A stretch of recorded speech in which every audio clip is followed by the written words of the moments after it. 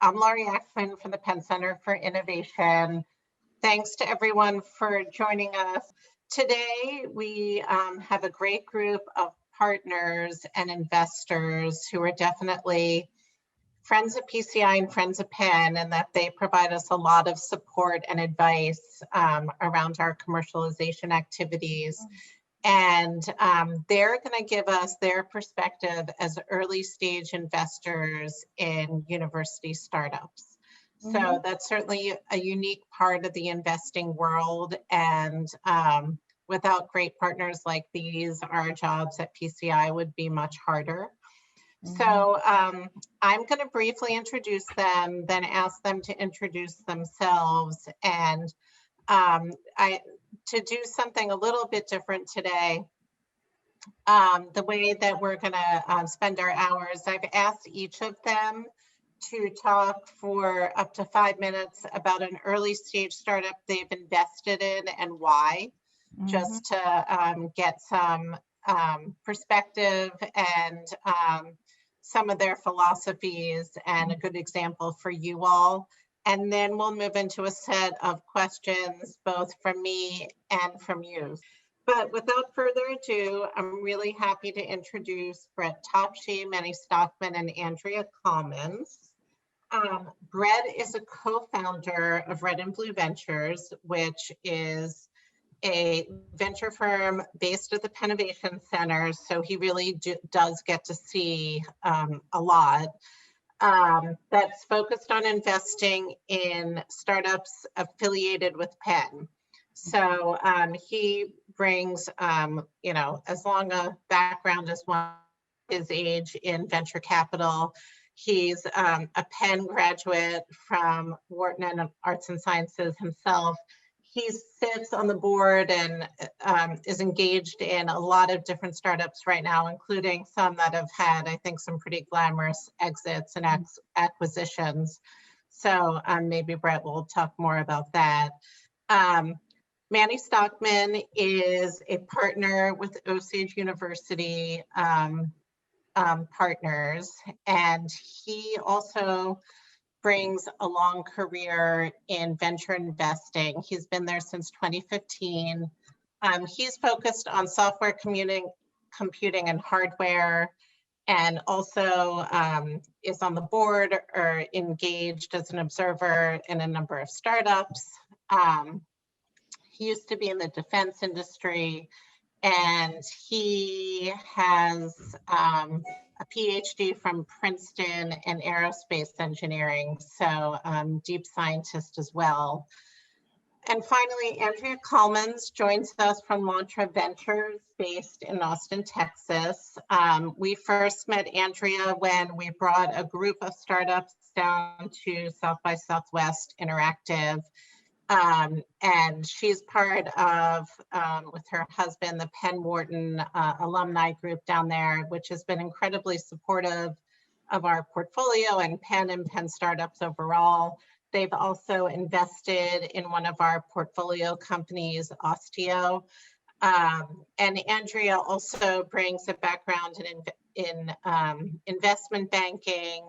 Her fund makes investments in a lot of cool advanced technology, and she's involved with people across the country doing really neat technology development. So that's my brief introduction of you all. I'll quickly ask each of you to add anything else you think our group should know today. So Brett, first to you.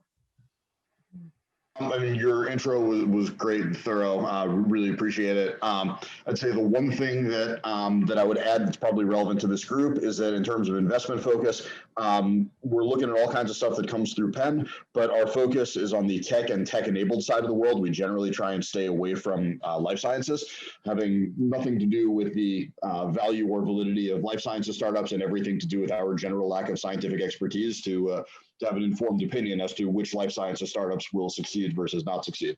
But otherwise, anything within the Penn ecosystem, we're happy to take a look. Mm-hmm. Thanks, Brett. Manny?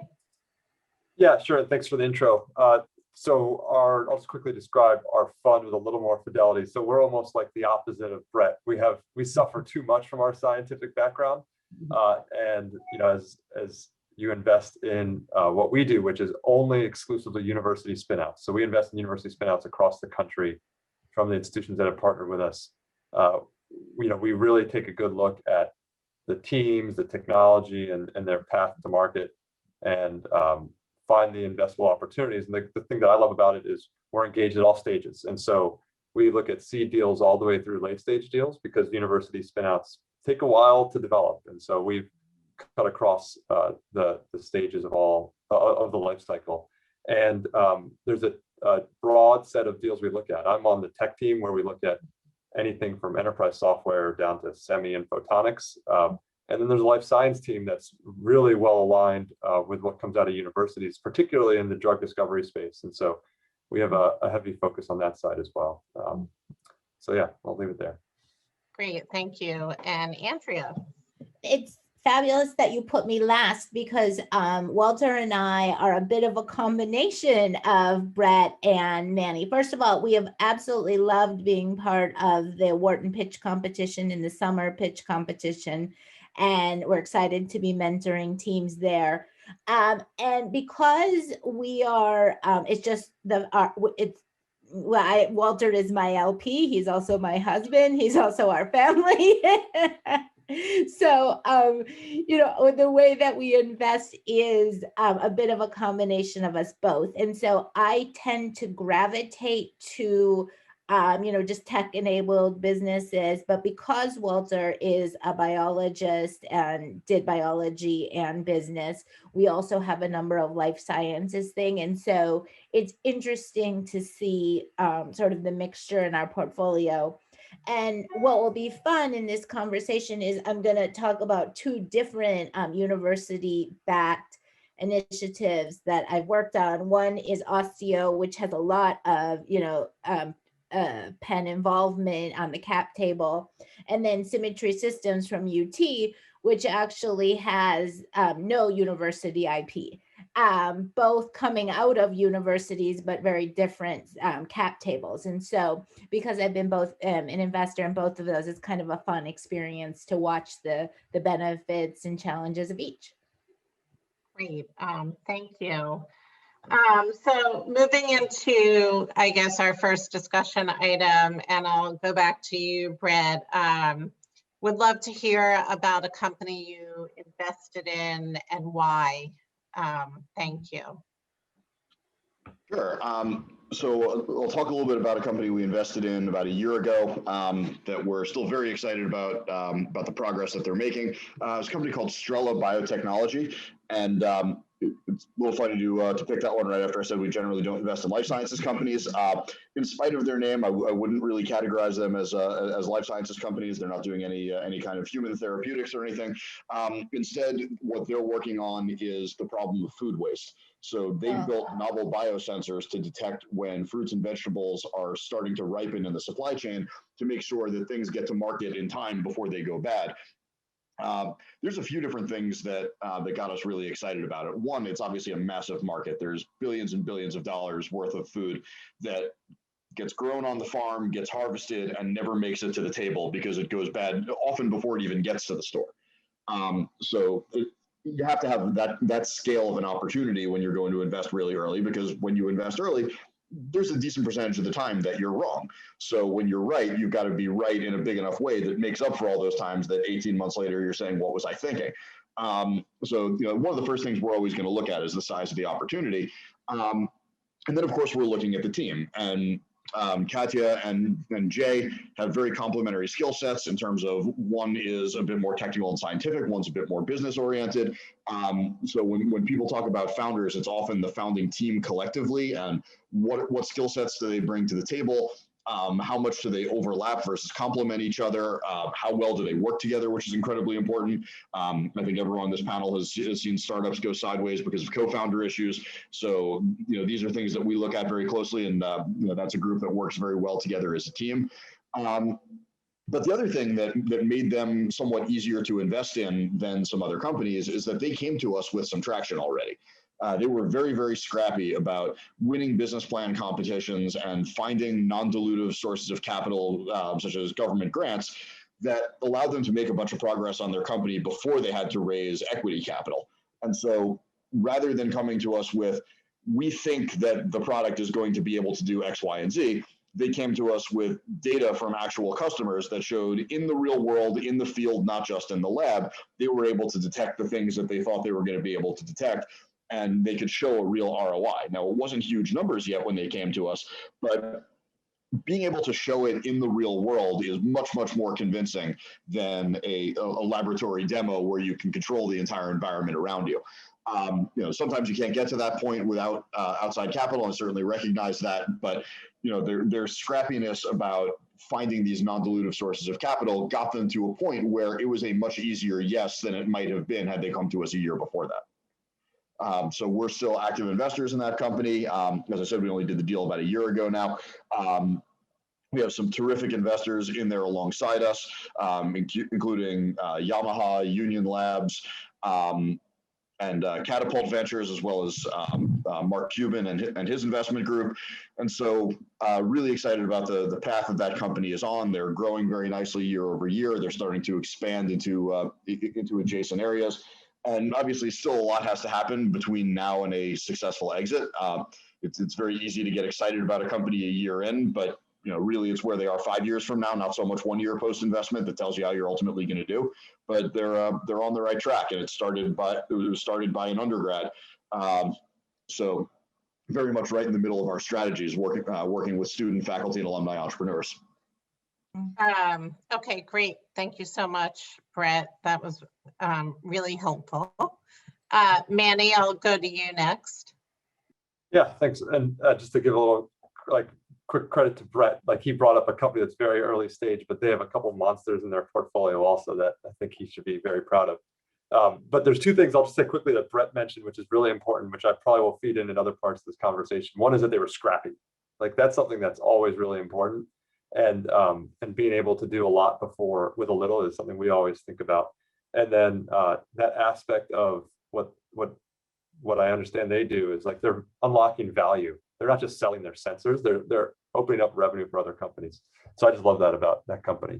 I thought I'd talk about Sci-Fi as an investment that we made, which was an interesting company that was born out of Berkeley research, and they're in the semiconductor space. And what we looked at when we were investing was a couple things that I always hold near and dear when I'm evaluating companies in non-mainstream spaces like semi. And it's really a vision for something big and bold. And when you're in a tough space, you need to go big. And that's because there's risk associated with investing in basically not software, right? When you're investing in a category that's not necessarily flooded with venture, you worry about things like fundraising risk and risk reward. And so you really want the company to create a vision that makes the juice worth the squeeze. And what they're going after is a new approach to semiconductor design that was built off of some technology that they developed in the lab to accelerate how fast they could develop chips. And so it brought a level of software agile design to semiconductor IC design that was completely contrary to how the industry does a lot of its work today, where you're buying or you're licensing chip designs from basically one player, ARM, and if not them, you're working with Intel. And it's very hard to do anything in the world of customization when you do that. And so they brought a whole bottoms-up re-architecture of how you work with semiconductors, and basically said, let's start from scratch, rewrite the playbook, and bring software design to chip design, so that as Moore's law is dying, you can start to eke out performance gains, not by depending on Intel and Samsung to move to the next generation of chip design, but through optimization of how you're designing the chips. And so with that in mind, they basically set out the gate, we want to be ARM. And ARM is a really interesting company for anyone that's has paid attention to semi, where they are generating tremendous value for their company off of very little revenue, but that's because the revenue is incredibly high margin. And so the vision was very bold. And on top of that, similar to what Brett had said, they were able to show signs of traction, but in a different way, not from customers, but from community. And what they did was to open up the semiconductor design world, they open sourced some of their ideas. So they basically said, anyone who wants to design a chip with our approach can. We're going to make all the information available to you. If you were working with ARM, there's only one way to do that, and it's basically pay them $50 to $100 million to access their kind of source code. And so that reserves the people that can do that to like Apple and Samsung and a couple other major players.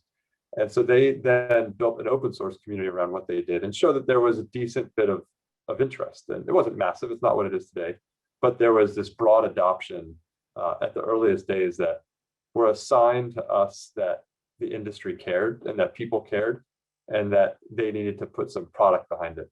And so when we invested, it was an interesting time for the company because they weren't able to get the type of investor interest that you would expect given what they had done in the seed stage. So we weren't investors in their seed round. They had a really top tier investor in their seed round, but surprisingly, they couldn't get anything together. They couldn't get the round together. And they showed grit in that they rolled with the punches and were pivoting during the process. They were taking feedback from investors, figuring out what of their big vision they could sacrifice, but still kind of plan for down the road, given the traction that they were getting. And they came up with a plan that was, let's call it a little more East Coast and West Coast.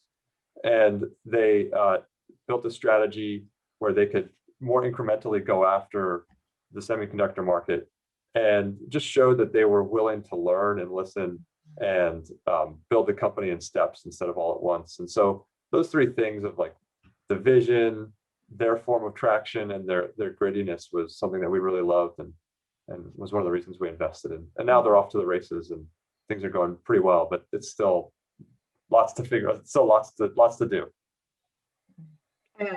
Great. Thank you. Andrea, now from you. Absolutely. Manny, we got to get that company to the auto industry. They're there. They just partnered with Renaissance. The auto industry. I heard a third of last month's inflation was tied to used car sales. Oh, really? I mean, it's totally crazy. So I'm going to go back to Brett. Brett talked about a social impact company. And, during COVID, I think COVID has just brought out, new emotions in us all. And I always like social impact investing, but I never thought of it as much as I do today. And so a company that I invested in during COVID and in doing a follow-on this week is a company called Vital Flow Health. And we do remote monitoring of lung function. So during COVID, there were with all the respiratory issues, but also 1 in 8 kids has asthma and older adults suffer. And the reason that I was prompted to invest in this is there was a big social component during COVID, but more importantly, they too have used very specific amounts of non-dilutive funding, and we're even doing a round right now to be able to capture more non-dilutive funding. And we really value that and have really learned how to work with the different institutions that offer such programs.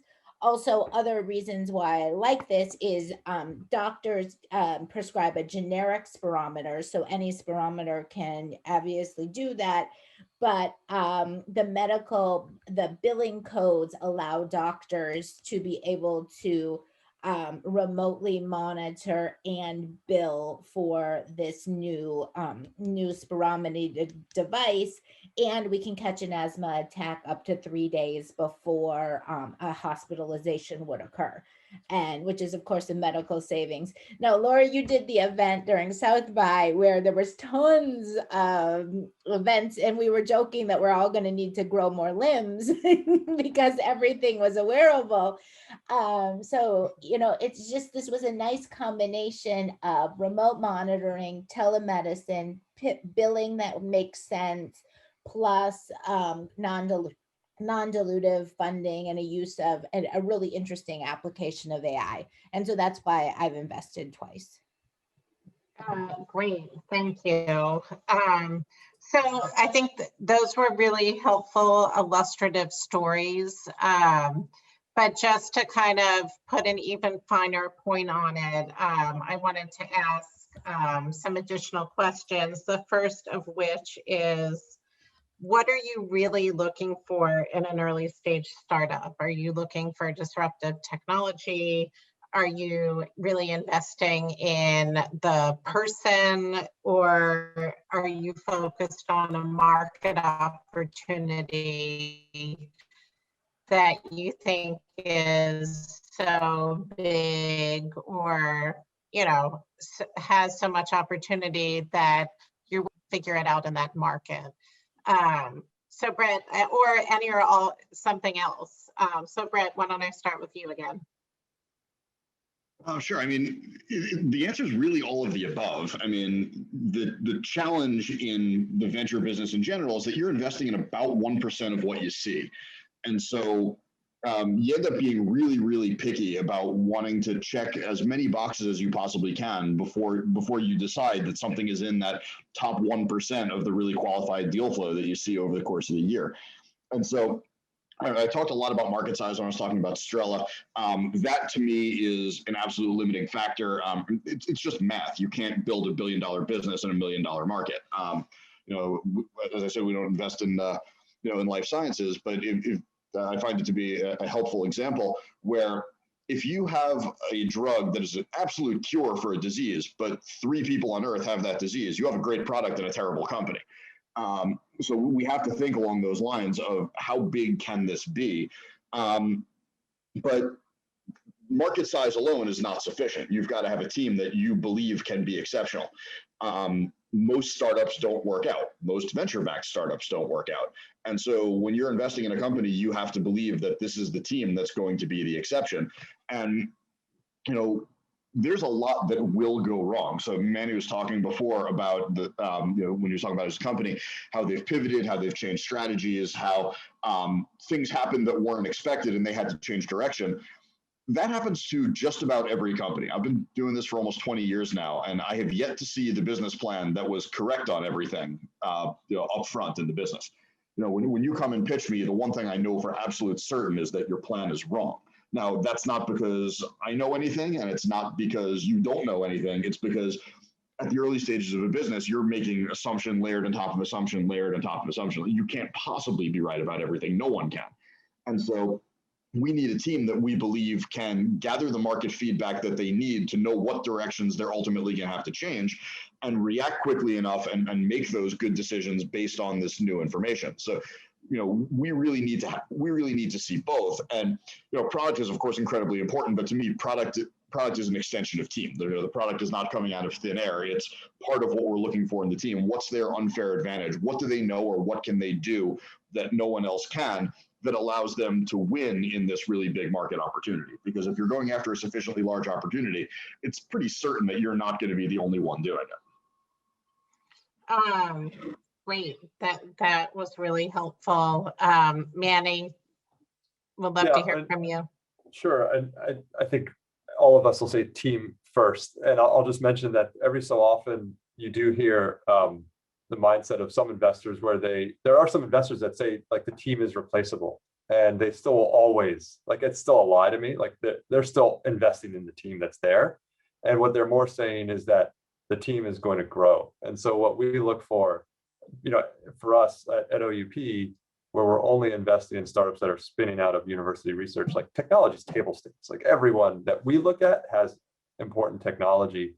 And so we really focus on team, but it's in a different way. It's, at the earliest days when we're thinking of a seed investment, we're really, judging whether the group that's coming to us has the ability to recruit. And so sometimes I think of that, the ability to recruit and fundraise. And so when I evaluate teams, I'm always trying to invest in A players, maybe A- players, but usually A players, but more so like, do they have the ability to hire A+ talent below them, around them, and potentially above them, and be open about that last part of, how often it's rare when we talk to a early founder about their plans for themselves for the company, how rare they say, like, I know there's great people out there, and if the right one comes along, I'll put them in as CEO.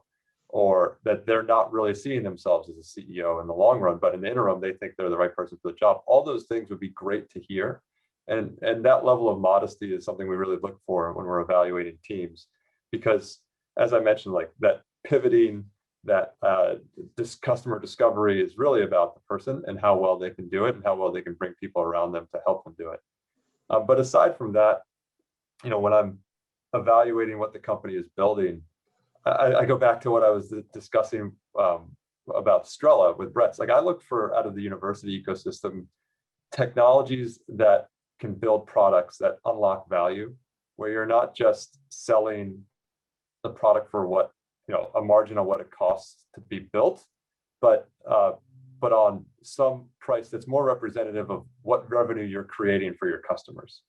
And so that's how you really, when you think of like what companies can do, it's when the products they sell are actually going to just create brand new revenue streams for the companies they're selling to. And that's like, that makes for really exciting market opportunities. And oftentimes in early stage companies, I've also found that there's no shortage of big markets, but there's a lot of lessons to be learned in how hard those markets are to access. And so I do look for companies that have learned from the graveyard of similar companies that have succeeded and failed, and really dove into product market fit, because it's plenty of companies have failed developing big technologies, and they failed because not because the technology didn't work, but because they just didn't really plan out a market that was accessible. And so it's easy to say, hey, I'm going to build hydrogen because hydrogen is a massive industry, right? And build hydrogen systems because it's a massive industry, but you don't realize how hard it is to sell into it. And so you really want to focus on product market fit in identifying that it's actually accessible. Or just like, those are some of the things I think about at the early stages when I'm looking at a company. It's the team and that product market fit piece. Mhm. Go ahead, Andrea. No, Brett and Manny's comments are brilliant, and unfortunately, or fortunately, I agree with them all. So I'll take the opposite side of the question and tell you why I didn't invest in something and now I'm kicking myself. So for instance, my friend Matt, who founded Coiled, and you'll see that in TechCrunch, they just raised $26 million from Bessemer. I went to lunch with him with my daughter, and my daughter said he's terrific, and he was taking the leap of leaving NVIDIA, a job where he was making a ton of money. And I didn't invest because I had things in my portfolio that I thought might be competitive. And it's interesting because should I have invested now? I feel like VC is a huge game of FOMO, right?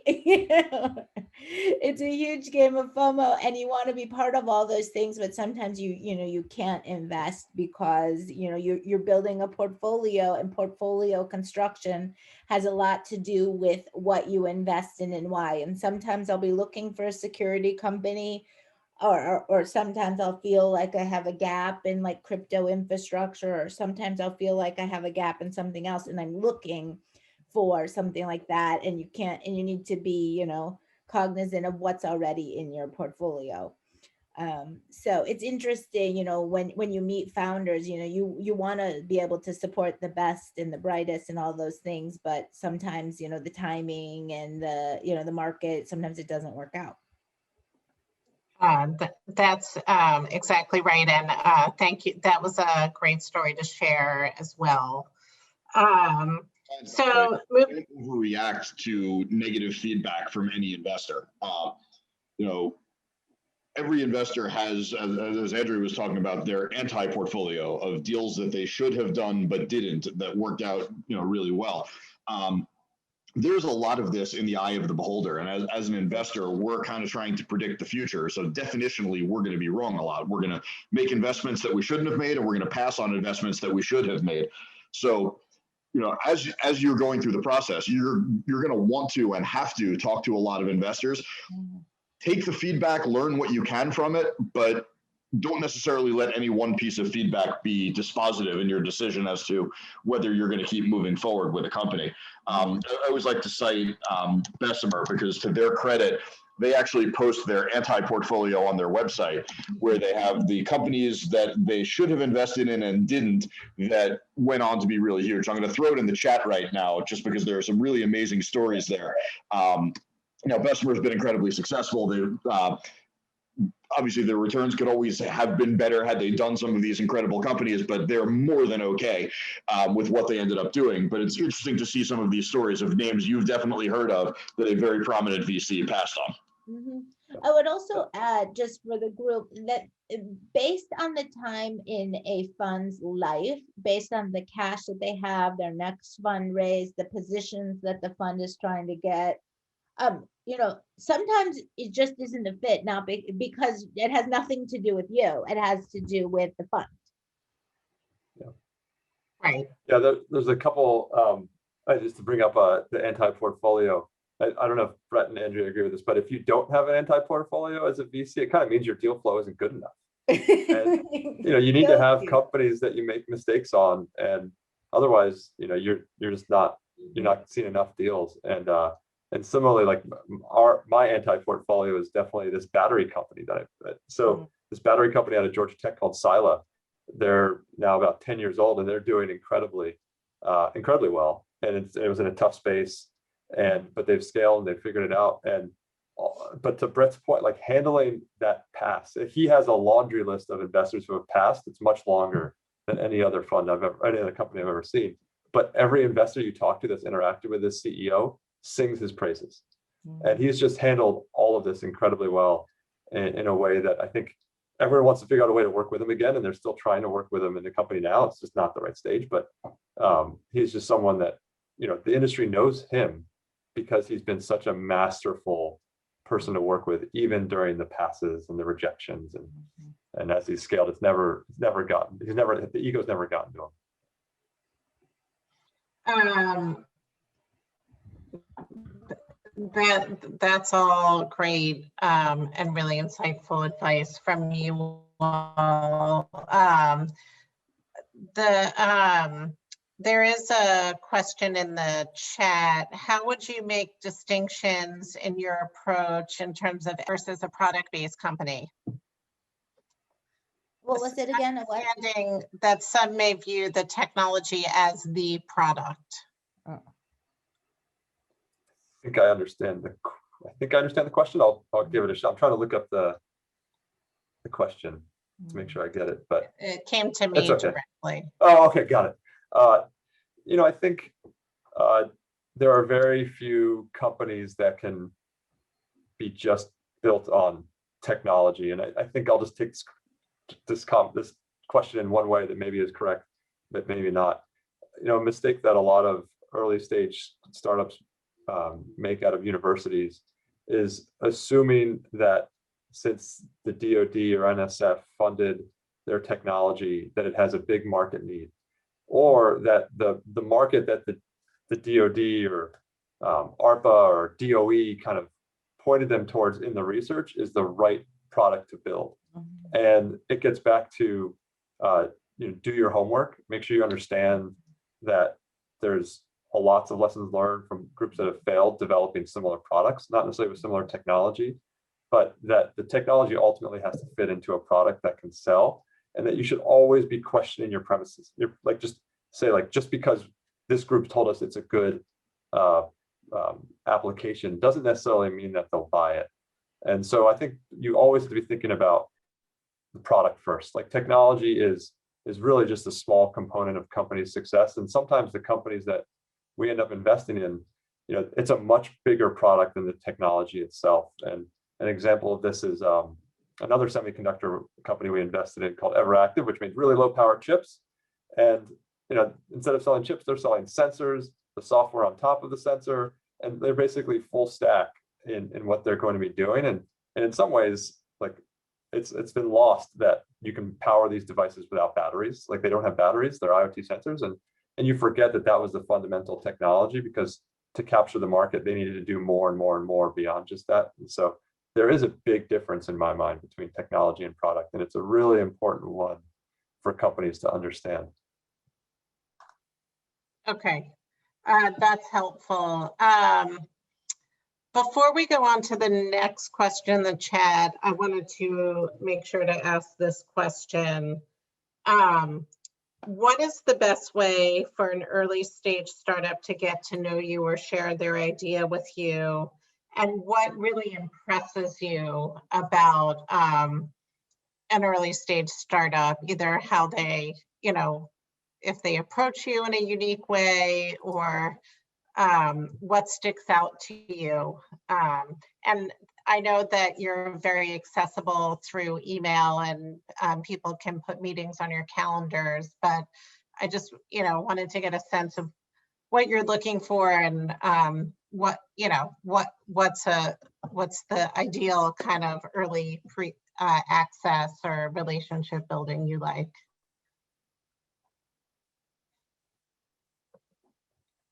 Brett, do you want to start again? Sure, no problem. I mean, for me, it's less about the approach and more about the follow-up. We've got a submit your business plan link on our website. People can email me directly. People reach out via LinkedIn all the time. I've gotten pitches via Twitter DM. I'm not really that worried about the channel that it comes through, although I will say that if you're able to get a warm introduction, that certainly helps in terms of founder credibility if somebody that I know is vouching for you. Having said that, we like to meet companies before they're raising. There's a blog post that I cite all the time by a guy named Mark Stuster from Upfront Ventures, where he talks about, I invest in lines, not dots. And the whole idea is that every time I have an interaction with a founder, that's another data point. And over time, that helps me sort of see the slope of the curve and see the progress that entrepreneur is making. So I love when I get to meet entrepreneurs before they're raising. And the good entrepreneurs will come in and they'll say, this is what I'm trying to do. This is my team. This is the market that I'm in. And over the next little while, I'm going to accomplish A, B, and C. But the great entrepreneur, and those good ones obviously will then come back and they'll say, well, look, I did A, B, and C. I'm establishing a track record of execution. I did what I said I was going to do. The great entrepreneurs will come back and they'll say, I did A and I did B, but in that process, these are all the things that I learned, and I realized that C wasn't actually the right next step. So I did M instead. And those are the entrepreneurs that I get really excited about, because I get to see how they overcome adversity. I get to see how they gather and incorporate information into their thinking. I get to see the flexibility in their thinking. So this isn't 1997 anymore. You're not going to meet with an investor and come out of there with a check from the first meeting, other than very, very occasionally with an angel investor, because it's their own money and they can do with it what they like. But what you can do is you can use that initial conversation as the baseline for a relationship and grow it from there. Yeah, what Brett said is 100% right. I don't necessarily care how we get to each other. I mean, the fact that you're very, very smart and you're talking about something like with a pilot or some traction, because I used to, back to the earlier question about technologies, and I love a good technology. And so early in my investing days, I would have invested in a technology that didn't have a business yet. Unless, I never say never, but I'm hopefully less likely to do that now after a few losses because of a learning. I think the reason that I like programs like the Summer Startup and Techstars and just accelerators in general is I like the ability to see that traction and get a weekly update and stay in a communication path. Those trajectories are what makes you feel good about things. Right. Manny. There's a quick phrase to add on to what they said. The line is important, and another add to that is, one of my colleagues says, when you're if you're a startup and you're going to an investor, if you ask for money, you'll get advice. If you go and ask for advice, you'll get money. That's true. You never invest in anyone who's looking for money. You always want to be the one who says, "Can I give you money?"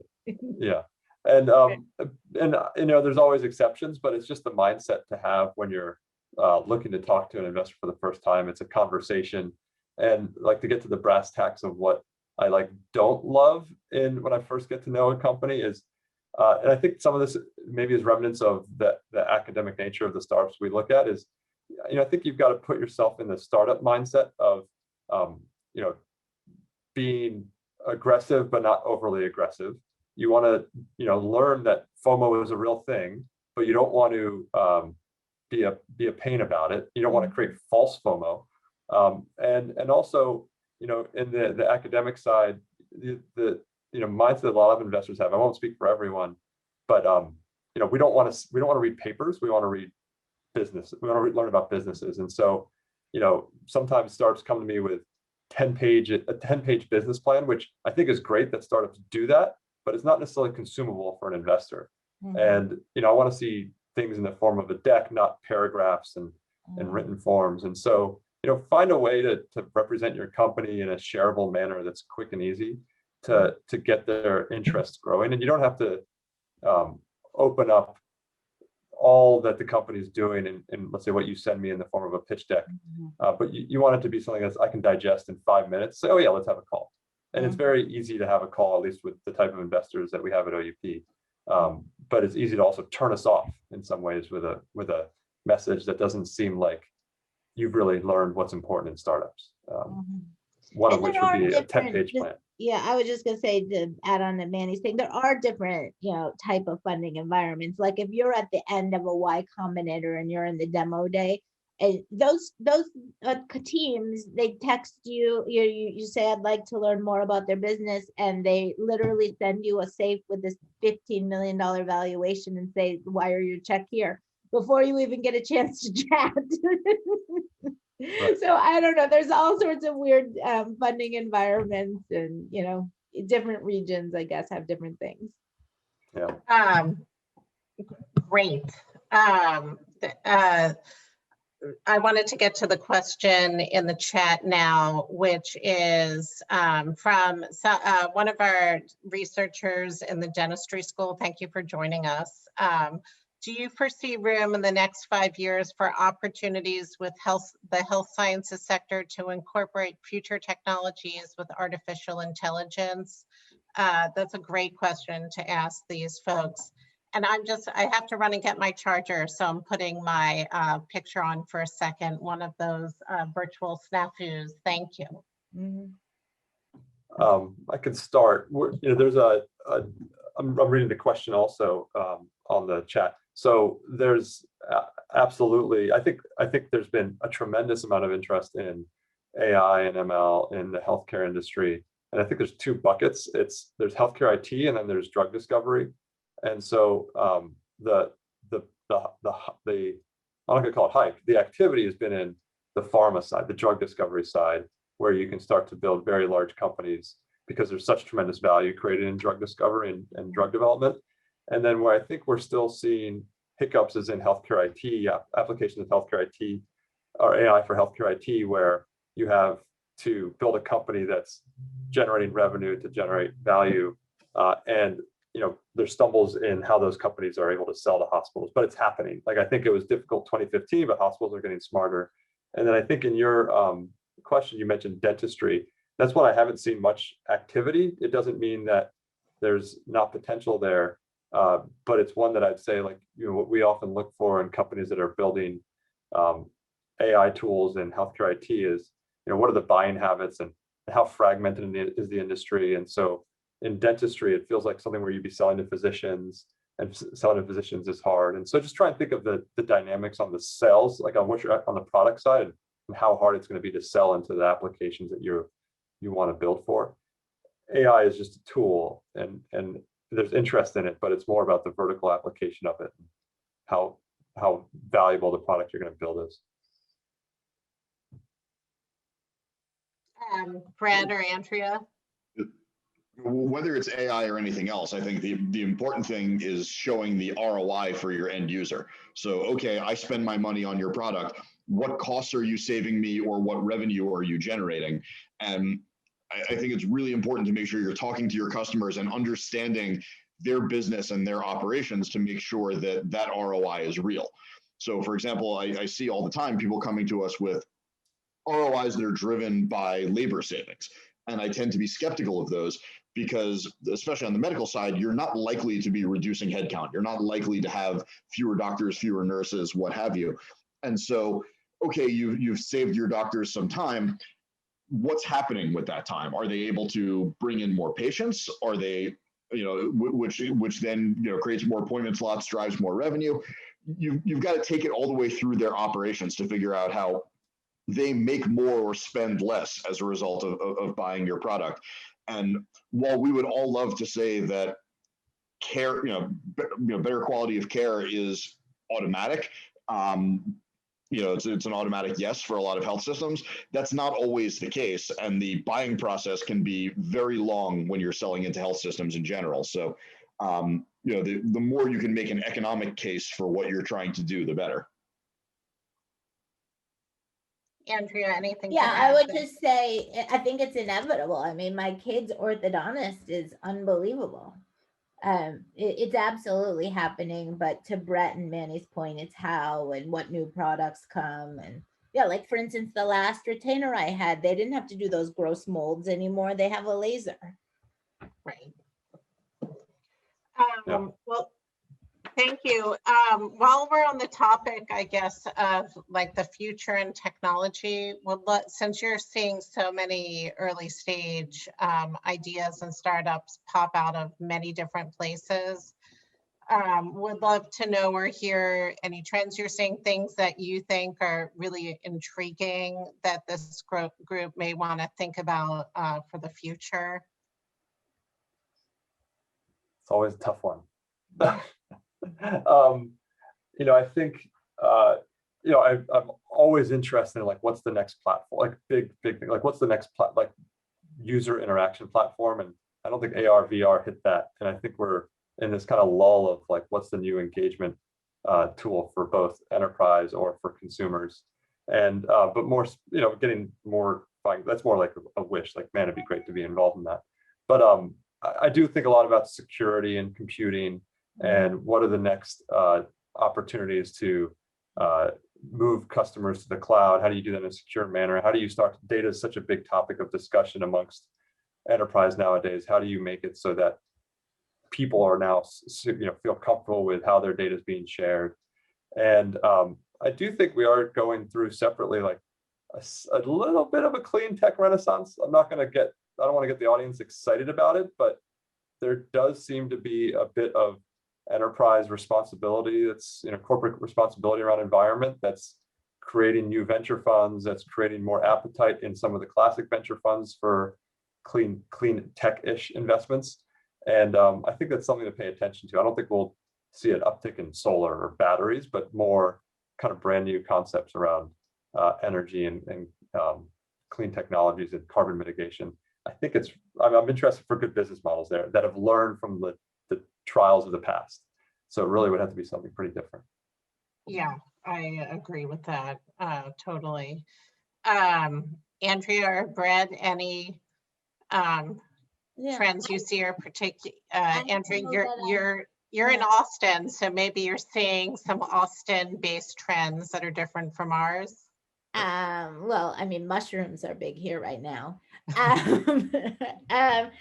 don't know that I see any different trends in the rest of the country sees. I'm very bullish on all of the trends. I love space. I'm investing in the first gas station in space. I love decentralized systems. So I'm recently investing in a platform to manage risk among DeFi offerings. So, I mean, I love all of the things that technologies bring forth, some of which will work, some won't. I think the bigger thing for, a Penn and a Wharton audience is, where do you all have conviction and want to spend your career? Because everyone in this audience has really high earning potential, right? And so the thing that's always interesting to me when I talk to graduates of these really fine institutions is that you're trading off a McKinsey job offer or a very big job offer for a startup where the cash is not there. And so where do you have conviction to want to spend your time and make this happen? Because that's, I think, the saddest thing is when people want to do a startup and they come to me and they want to do a startup, but they never do it because they get somehow trapped in a job. And that's the thing that, kind of upsets me the most is like, how do you set up your life to be able to do the things you want to do? Great advice. Brent, you've got a little bit of a niche in your consumer-oriented businesses. So any insights from there? Certainly invested in a number of direct consumer businesses, and we've had some success there. But I'd say take maybe a little bit of a different tack on the question and say, don't chase trends. Don't do the thing that everybody else is doing just because everybody else is doing it. If you have some truly unique insight on something that's going to be huge, yeah, great, by all means, go for it. But what I see over and over and over again with these secular trends is everybody tries to fit themselves into it. When AI was the big buzzword, everybody had AI as part of their business. For a while there, every single company was built on top of blockchain, even when there was no sort of technological reason why blockchain was better for that particular company. If you've got something that's really differentiated in those markets, great. Being in a trendy market can create some tailwinds around funding, around customer acquisition, but it can also kind of put you in with the noise. And so I would say figure out where you have an unfair advantage and do that. And if it happens to be trendy, great, that'll make your life a lot easier. And if it happens not to be trendy at the moment, sometimes the unsexy, non-trendy stuff ends up being the best place to spend your time because you're not trying to shout over 50 gazillion other people who are shouting about the same thing. And you can go out and build a market-leading company with a lot fewer people competing for that same spot. And it's a hell of a lot better to be a little bit early, like with crypto and stuff. Like, I'm involved in a company called Unchained Capital, and we're the first Bitcoin lender, one of the first Bitcoin, so Bitcoin native financial services. And at first, when I would tell people about it, I would have to have a little giggle at the end because it sounded so absurd. And it still may be absurd, we'll see, but to be a little bit off trend is okay. That's great advice, and certainly so many of the people here and generally out of Penn, one of our hallmarks and what we kind of reputationally hang our hat on is really strong science. So I think that can always get the attention of investors. So that's a great reputational aspect of being Penn affiliated. Mm-hmm. I don't see any other questions in the chat. So any parting words of advice from you all, if, related to getting into the startup world and what to expect in the early days? I would just say Austin is super welcoming to anyone who comes here and wants to be part of our community. Super, super welcoming. That's great. I'd say as you think about your team, your early team, don't just focus your co-founder, don't focus your first partners, your first co-founders on the people You'd be willing to branch out and leverage your network and look for a co-founder, like a real person that you can start the company with that isn't necessarily coming from your inner circle. And it takes a lot of work. It takes early planning, like start the process now if you think you're going to be doing a company in a couple of years, because that's the most important thing you can do to create value and get an investment at an early stage is the team. I would say the biggest lesson I have for people entering the startup world is embrace failure. It's going to happen. Not necessarily. Sometimes it's going to happen at the macro level, and the company is not going to work out. A lot of times it's going to happen at the micro level, where some initiative that you try isn't going to work out. You're going to spend a bunch of time building a feature that it turns out your customers don't use. This stuff happens all the time, and you can't let yourself get too high when things are going well, and you can't let yourself get too low when you hit a hiccup, because it happens to literally everybody. I don't know how many folks here are baseball fans, but there's a saying in baseball that it's one of the few areas in life where you fail 7 out of 10 times and they put you in the Hall of Fame. that's kind of how it works in startups. You've got to be resilient enough to get through the smaller things that don't work out so that you can get further down the path of the big thing that eventually does. And grit and resiliency will take you further than raw talent.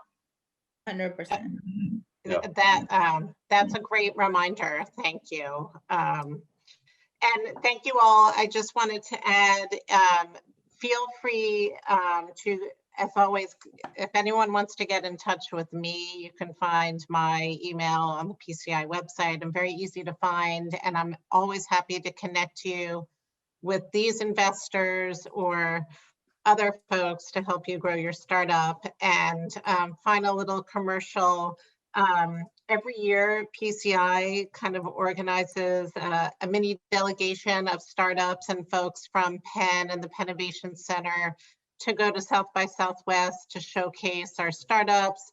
We're hosted by Andrea and the Alumni Club for a terrific pitch event. And it's a really great opportunity to actually make a lot of different connections in industry and with the VC community. It's a little bit overwhelming, but a very inspiring place to go to see a lot of new technology. And we are hoping to go back in person this coming March. So I just wanted to put that out there. Really nice local alumni network, super good. Yeah, fantastic. So in any case, thanks to everyone again.